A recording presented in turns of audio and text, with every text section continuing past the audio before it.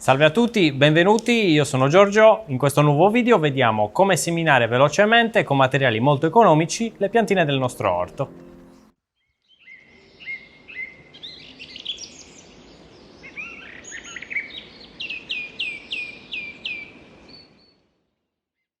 Per prima cosa dobbiamo avere degli alveoli. Io ho fatto vedere in altri video come utilizzo anche il soil blocker, che praticamente non utilizza alcuna struttura, utilizza semplicemente uno stampino che crea dei blocchetti. In questo caso invece sto utilizzando dei classici alveoli fatti in plastica. Non sono in polistirolo perché preferisco questi in plastica che sono utilizzabili più volte, mentre il polistirolo prendendo molto sole, il caldo, alla fine inizia a sgretolarsi e quindi va a sporcare anche l'orto durante i trapianti. Questi qui ho visto già che durano parecchi anni, perlomeno quando iniziano un po' a piegarsi, un po' a fessurarsi, si possono tranquillamente riciclare.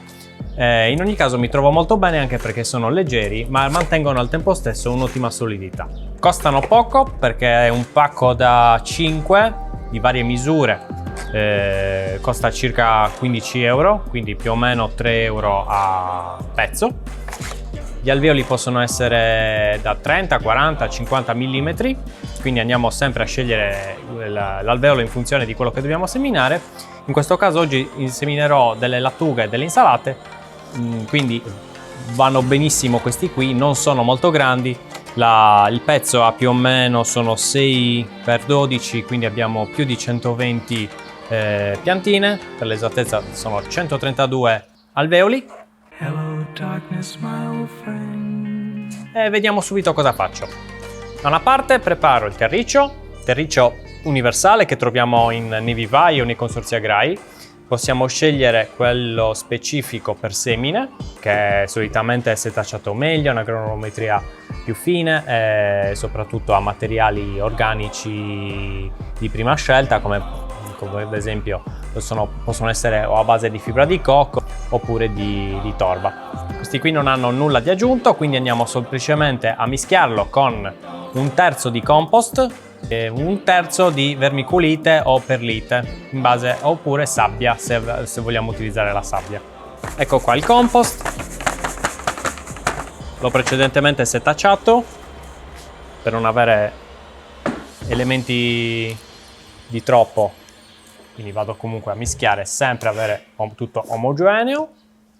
E qui ho la vermiculite.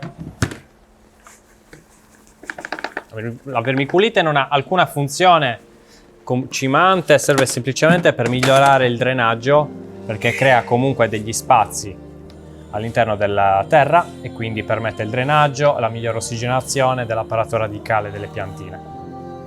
In alternativa si può usare la sabbia, però la sabbia è comunque più pesante, è una scelta personale. Io personalmente preferisco avere alveoli leggeri per poterli maneggiare tranquillamente, poi mi piace molto la vermiculite. A questo punto ci assicuriamo che l'umidità sia sufficiente, quindi andiamo ad aggiungere un po' d'acqua.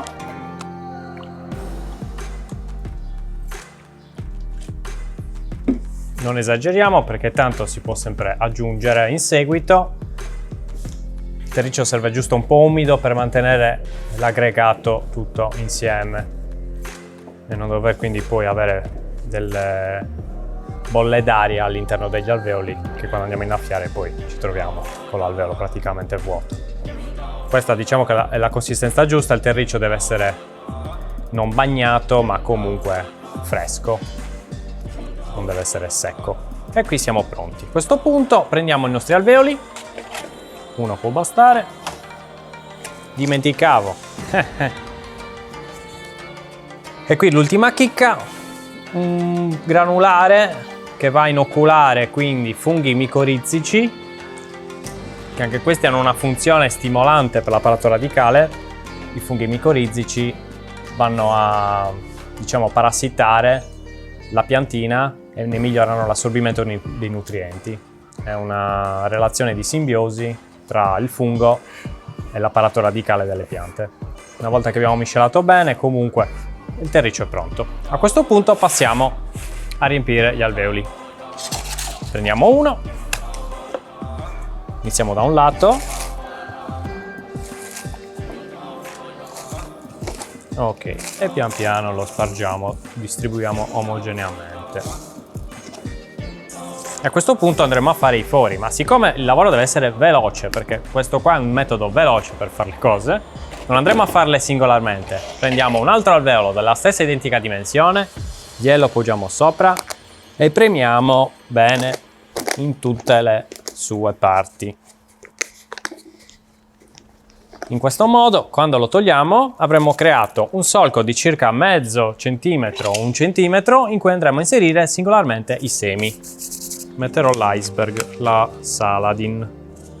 Particolarità di questi semi è che non sono i classici semi della piantina come Madre Natura li ha fatti, ma vengono opercolati in modo da essere più facili da maneggiare, o se abbiamo una seminatrice di precisione come quella che utilizzo in campo per la semina diretta, queste capsule sono di misura 3,5 mm e quindi sono più facili da maneggiare, si prendono singolarmente e andiamo a metterli nelle varie celle. Possiamo metterne anche una cella, io personalmente vado sempre a risparmio, anche per valutare un po' la bontà della germinazione delle piante, perché poi una volta che ho messo un seme, quando germinano tutti vado a vedermi la percentuale di germinabilità effettiva poi dei semi che ho messo. Possiamo metterne anche 2, poi andremo a eliminare le piantine di troppo per avere quindi una pianta per cella.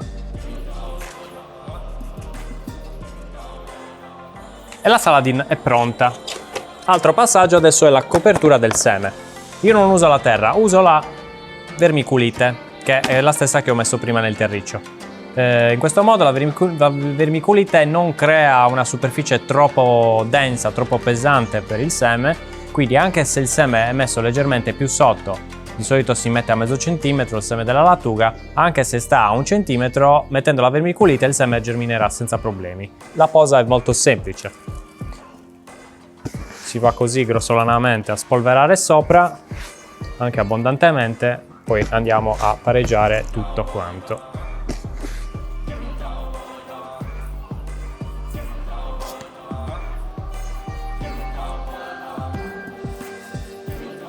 Ora non ci tocca che mettergli l'etichetta, bagnarlo e prepararlo nella nostra serra.